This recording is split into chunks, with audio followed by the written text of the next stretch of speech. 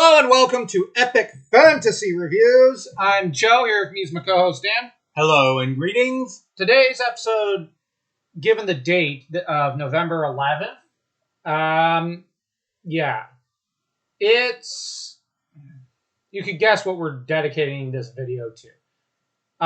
We've got a number of videos today, like Halloween, that have a set purpose of honoring the holiday, so to speak. Quote-unquote holiday. Now, the thing with this movie is the Tolkien lore geek once said that this movie could have been called Tolkien and the TBSCSB or whatever. Tolkien's Tea and Bavarian Society Club. And TBSC, I think it is. Yeah, I know we're going to get hammered in the comments for that one.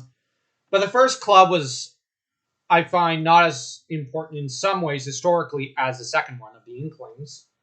That said, the first one was very important in the formation of Tolkien's character. And the thing about this club is these were Tolkien's three best friends since almost childhood. And two of them went and kicked the bucket in World War I. Now, the movie covers Tolkien's move to Birmingham, which is portrayed as dingy and newly industrialized, and it's not exactly pleasant. Now, there is a hiccup when the mother says the church has been very kind to us, when it's specifically Father Francis who was. Francis. And I know I pronounced it in French there. It's weird for me to pronounce it in English. It's not a very English name. And the father ends up supporting them, not the church as a whole. And he later became the legal guardian of Tolkien until, the man was 21. Now, that said, you also have, apparently, the movie sets up Tolkien as the final member to join the club, when in reality, this was not the case. I think it was Gilson who was one of the last ones to join, and it was Tolkien who brought him into the club. Now, despite these minor historical inaccuracies, you know what? The movie is doing things for a storyline purpose.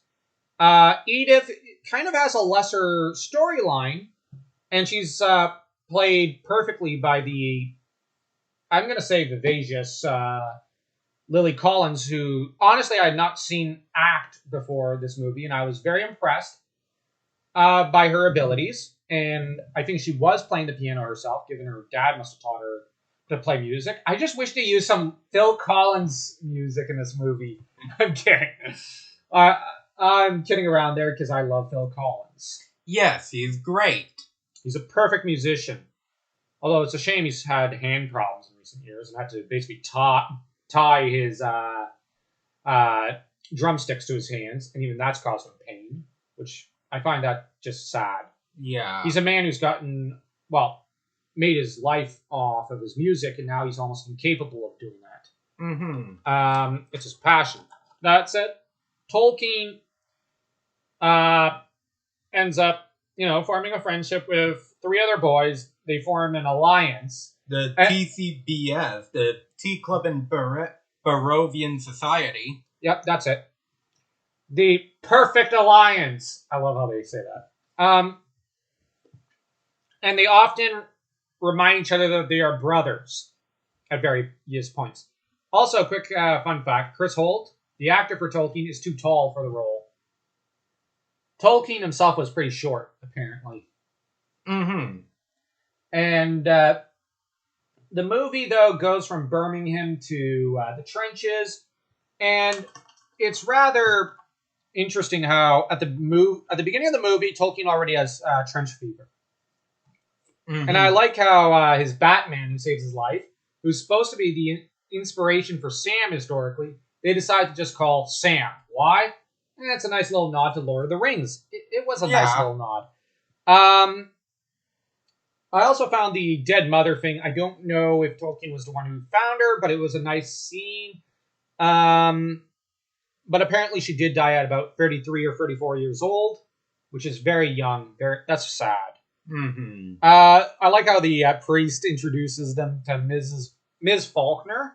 And right before he does, it's like, I've never seen such a beast with such tusks. And she is truly capable of breathing fire. That said, there is cake. And like, yeah, that part was just funny. And then he completely plays on the conversation. Like, what they need is a maternal influence. And as you're so kind, and she proceeds to go, oh, well, yes, I guess I am too kind, when she's a bit of a witch, which is funny. And I just found, like, that scene just hilarious. And it gave the priest a nice certain amount of personality. Like, just with him going, Yeah. I've never seen such a hideous beast. And those tusks. He describes her almost like an orc. Or like a pig. Or a dragon or something. And it's just, oh, man, I love that scene. The first day at school, rugby, the headmaster stuff. Like, that stuff all seems to get sped through. The first scene with Edith has her playing the piano. Then we cut to the library scene, and then Barrows. Oh, remember the Barrows store? It's like the problem with the French is they'll offer you cake, but then hit you with the stick. And you have I think it was Gilson who kept reminding Christopher. So does he have a stick? Does she have a stick? He knew it was a metaphor, but he was just beating the point over Christopher Wiseman's head, and eventually you have Christopher Wiseman. How about I go outside and get a stick? Because at first he says, the stick was a metaphor. Forget about it. Then you've got Jeffrey Bates who says, yes, well, if my mother knew I wanted to do poetry for the rest of my life, I don't think she'd approve. And you have, so does she have a stick? How about I go outside and get one? From Christopher. I love that scene. It's like the guy was asking for it. Then you've got the whole he starts chattering about women and big-breasted giant women and whatnot. It's like, why don't you just go propose to that waitress? Okay, Hellheimer. And Hellheimer is, I think, how you're supposed to pronounce it. He charges forward, proposes to her, and they get kicked out for the day. Like, for basically harassing the poor waitress. Who just looks utterly lost as to why this boy is suddenly proposing to her. And you gotta bear in mind, he's about 13, and she's a 20-something-year-old woman, and she's going, what the hell? It's just so funny.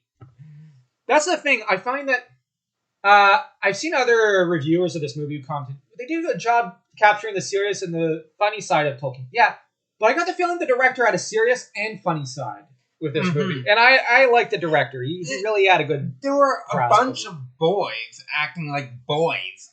But then we switch from that scene to Tolkien and Edith, John and Edith eating jam because they don't have any cake or anything at night, and they're saying, one day we're going to have cake.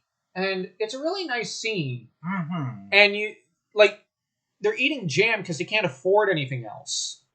And yeah, then we cut back to the trenches where Tolkien's asked about his friend Jeffrey, who's commented on being the best of friend you can imagine. What's interesting is that, yeah, Jeffrey plays a bit more of a role than the rest of the TCBS, but Christopher got a lot of attention to an extent with his brief crush on Edith, which I don't think is historically accurate.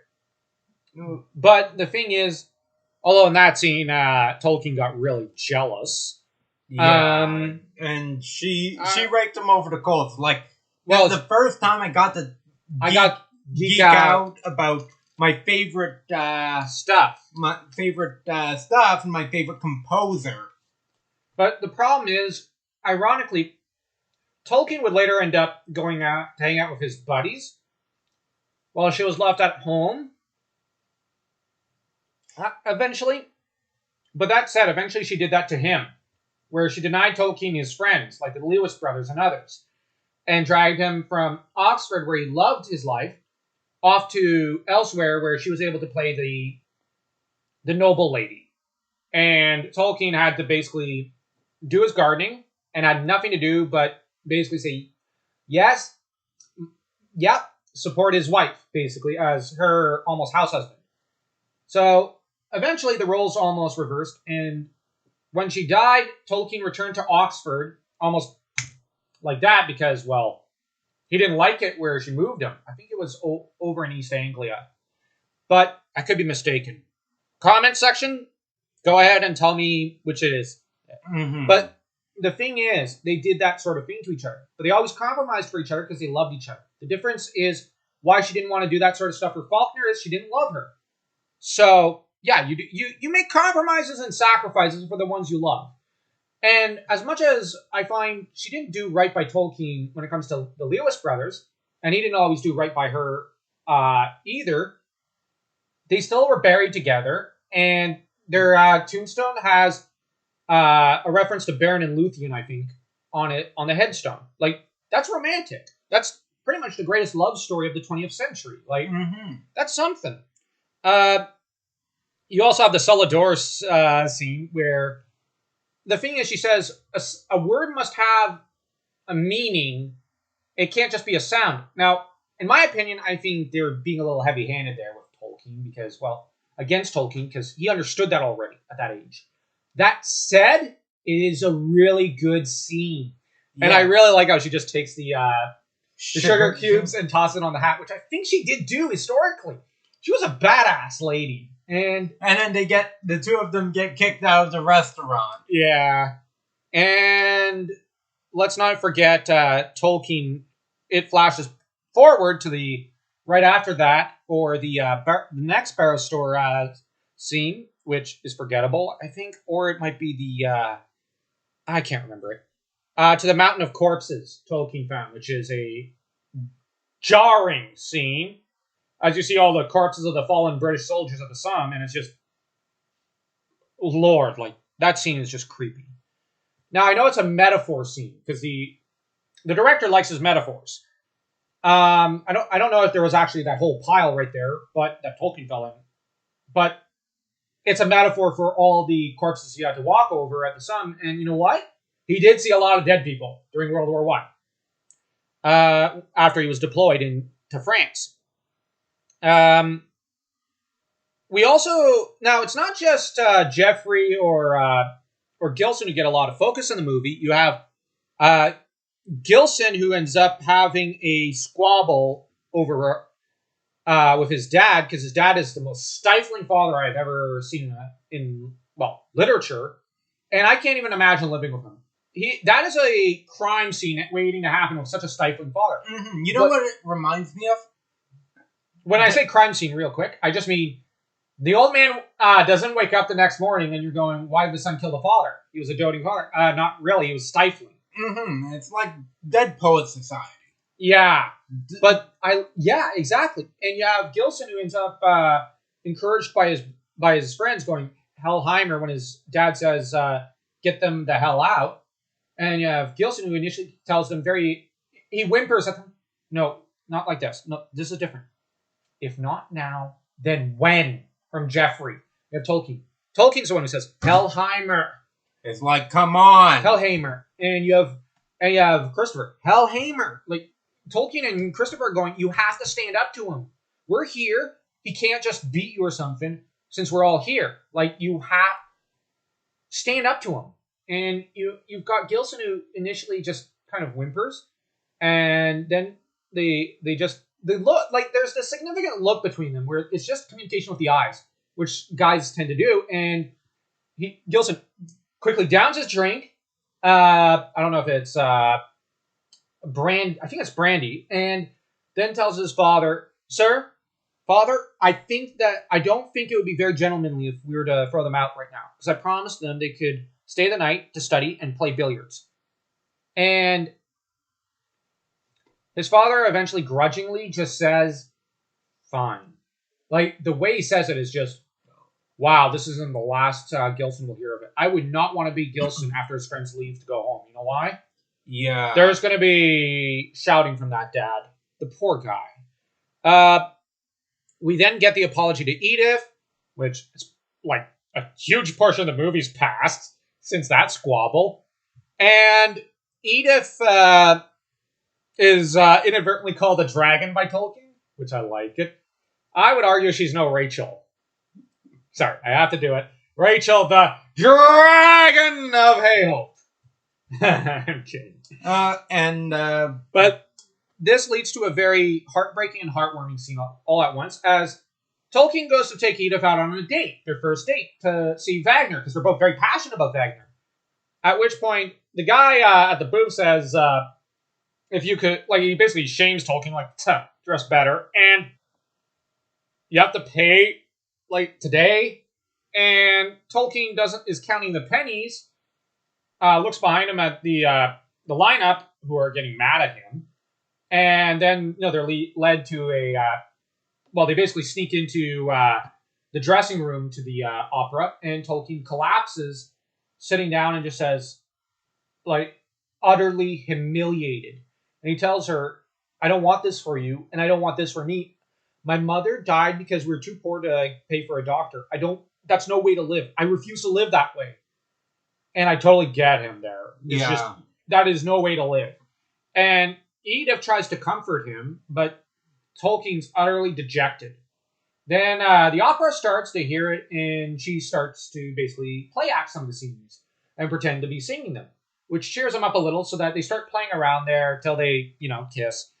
Which leads to Tolkien failing his exam, trying to rationalize everything to his surrogate father, his foster dad, Father Francis, who tells him, "No, you're swearing off Edith."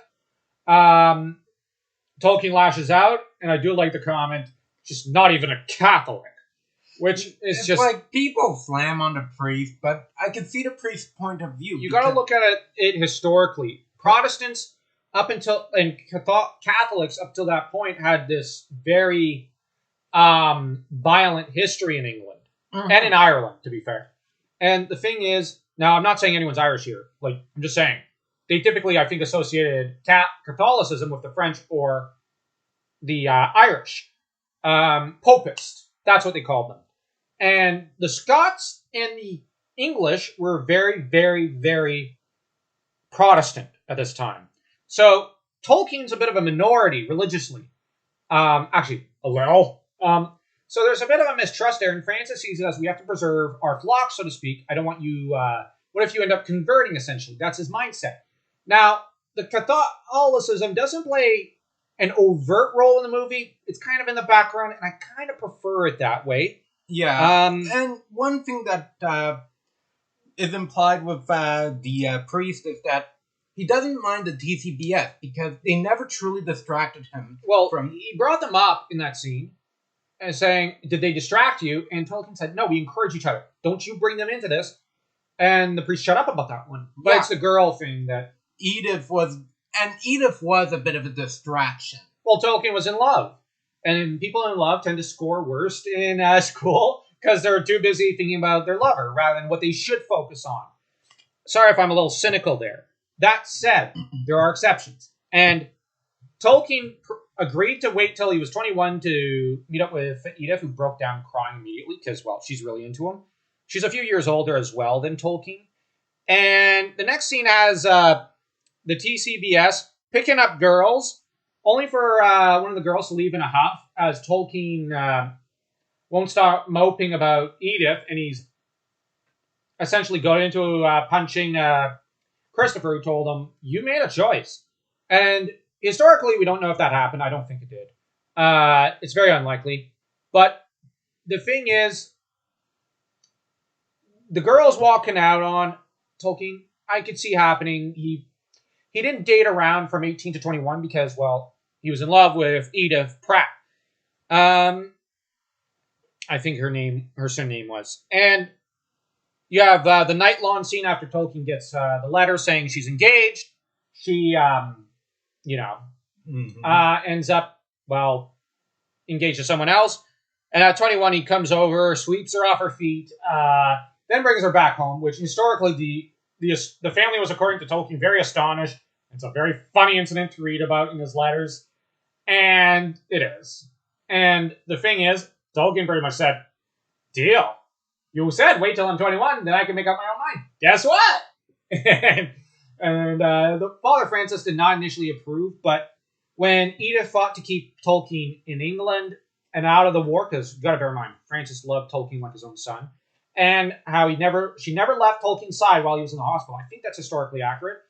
Francis gave his approval there. Now, she did technically officially convert to Catholicism, got her baptism, but she never really liked going to confession, and she didn't like going to attend Catholic masses, so I don't think she fully converted, or truly did.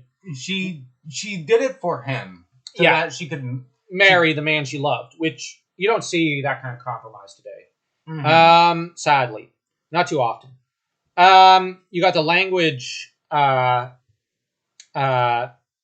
influencing discussion with Wright and Tolkien, where Wright, who's an expert on Gothic languages, ends up commenting that a language with words without meaning is just a sound. And he sounds physically pain when he says that.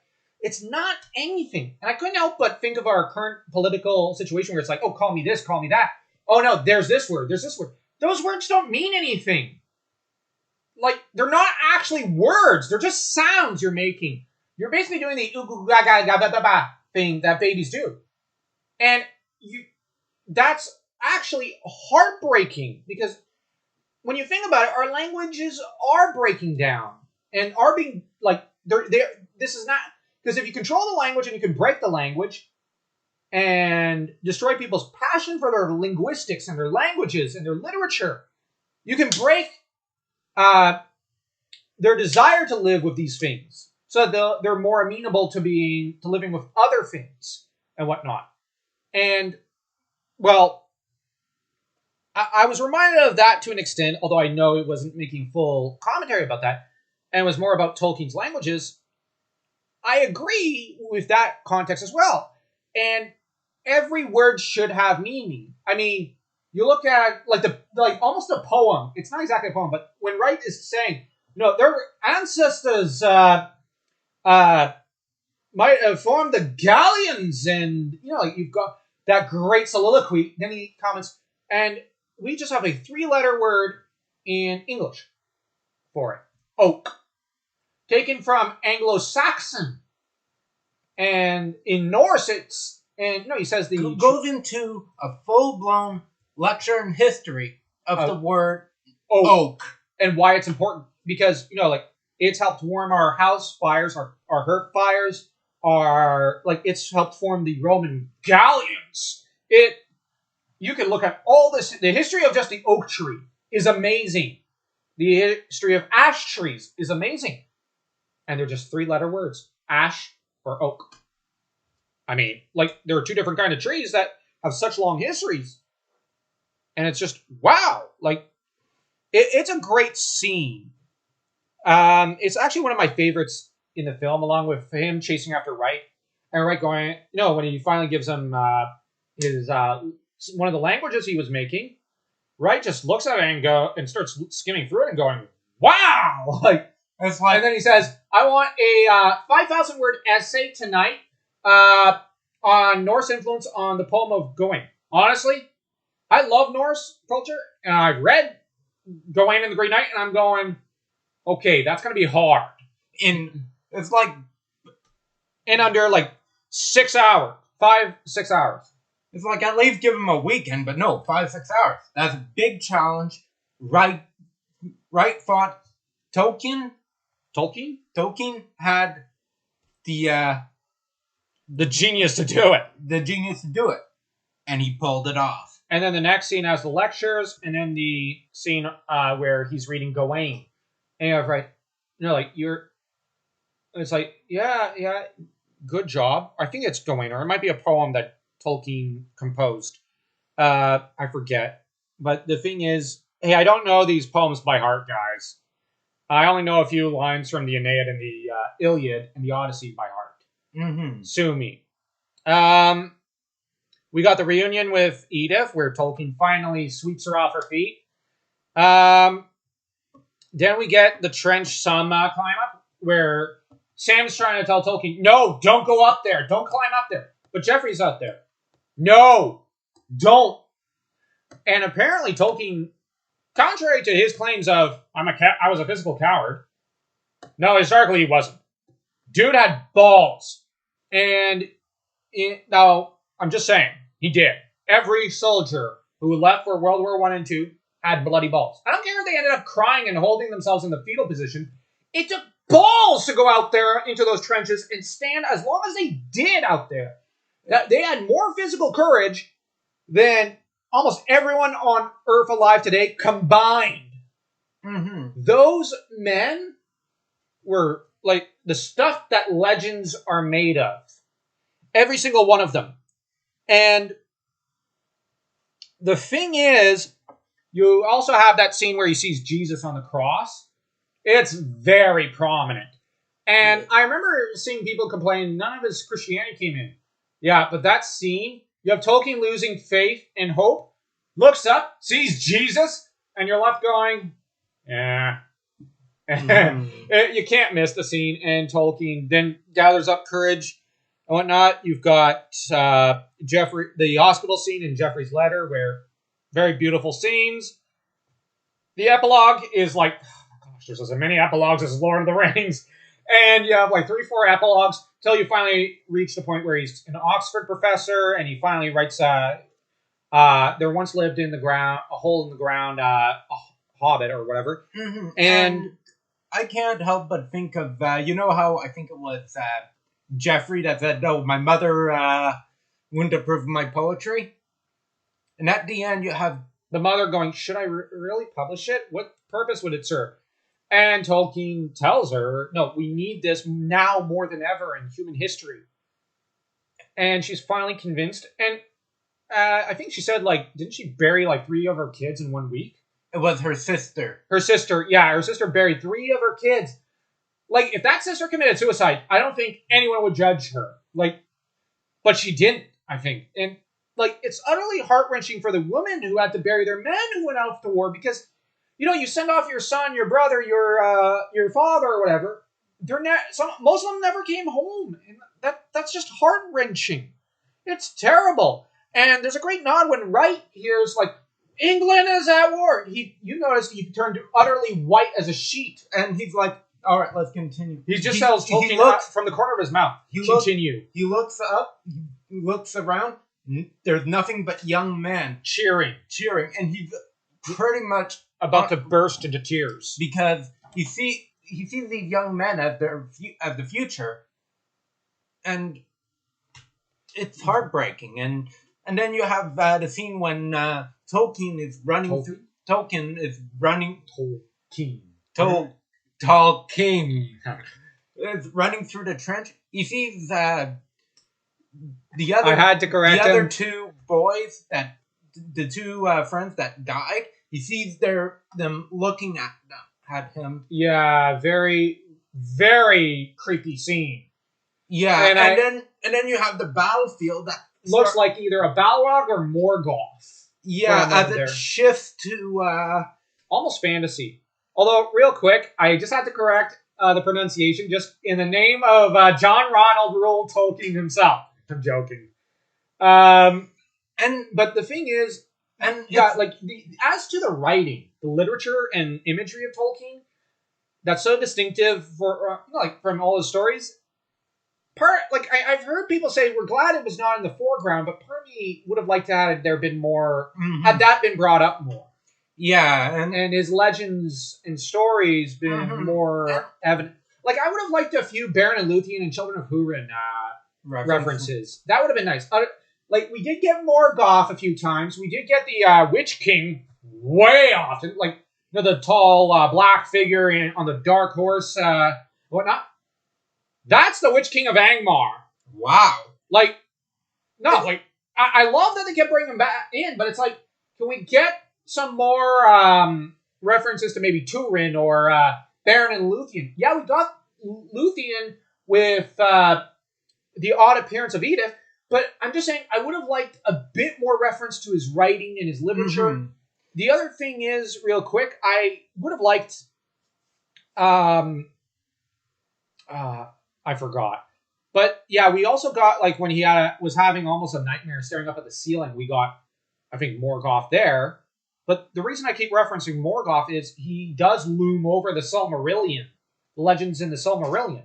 Mm-hmm. But anyways, I love that. To finish off, I love that scene when he's in the field with his family. How we see him and his children. Oh yeah, it's like I'm going to tell you a story, and it's very long. Yeah, the camera lingers on Christopher. Yeah, short like you. I'm not short in stature maybe, but not in spirit. And yeah, like that's a great scene because Christopher was truly the heir to John Ronald. So how would you rate this movie? I'm going to rate this a 3.5. Same. Actually, just to be different, I'll rate it 3.3. Yeah. I really wanted more Tolkien literature references and more references to his poetry because he was a damn fine poet. Mm-hmm. He's probably my favorite poet of the 20th century. For good reasons. Yeah, like the dude composed some seriously good epic poems. And he's inspired me to do the same, so I really love him. We're not really going to go too much on the tangent of the end of the video stuff, but do like, share, subscribe, and hit the notification bell. But more than that, don't forget to buy a copy. Maybe even crack open The Hobbit or Silmarillion or Lord of the Rings after you read In Flanders Field, because honestly, that generation deserves it. And Tolkien deserves it. For like, the 20th century was a horrible time, and yes, and we want to end more on focusing on that note. So later today we'll be reciting In Flanders Field in French and English, well, English and then French. So we'll see you guys around. Bye.